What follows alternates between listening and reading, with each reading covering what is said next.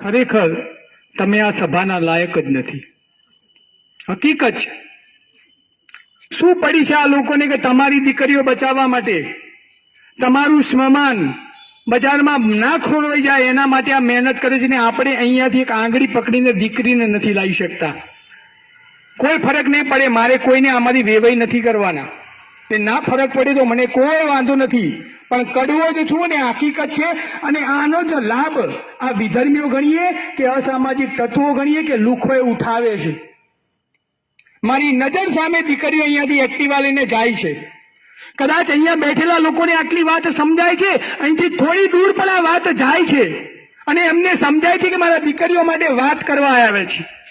મારે દીકરો નથી, મારે દીકરો છે, દીકરી નથી.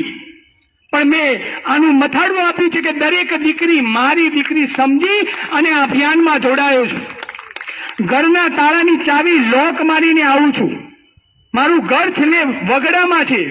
છેલ્લે વાઈફનો ફોન આવજો કે 12 વાગે પહેલા આવજો, બીક લાગે છે. પણ હું એમ કહું છું કે મારો સમાજ જે દીકરી ભાગી જાય એના સમાજના ડર છે ને એ પહેલે મારે દૂર કરવા માટે મારે રાત્રે 1 વાગશે પણ વાગશે તો તું સૂઈ જજે. હું કોના માટે આવું છું? આ બધા કોના માટે આવે છે? શું તમારી નૈતિક જવાબદારી નથી? આ સોસાયટીના એક સમાજના આગેવાન તરીકે તમારી જવાબદારી નથી કે દરેકને કમ્પલસરી કરીએ? ગણપતિ મહોત્સવ ઉજવો છો, અહીંયા ઉજવો છો ને, નાસ્તા કરશો બંધ કરી દો.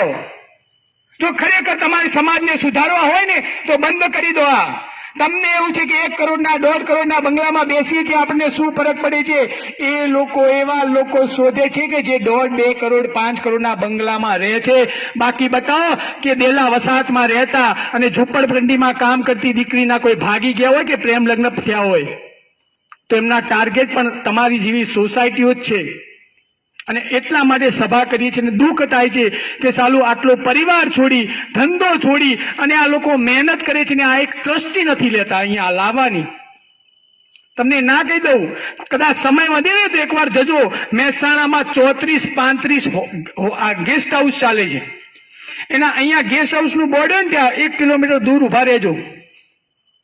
તમારી દીકરીઓના એક્ટિવાની ડેકીમાં 1 ઝૂંકડી કપડા એક્સ્ટ્રા હોય છે. ના હોય તો કહી દઉં તમને, હું સાક્ષી છું. ઘરેથી કયા કપડા પહેરીને જાય છે, બજારમાં કયા બેનપણીના ઘરે કપડા બદલે છે, આખો દિવસ ફરે છે, ફરીથી બેનપણીના ઘરે જાય છે અને તમે આપેલા કપડા પહેરીને ઘરે આવે છે. આ હકીકત છે આ સમાજની. આ યાદ રાખજો. તમારા સોનાના ઘરેણાઓ એ તમારી તિજોરીમાં પડ્યા છે, તમારા લોકરમાં પડ્યા છે. વિનંતી કરું છું, ગમે તેવી દીકરી હોય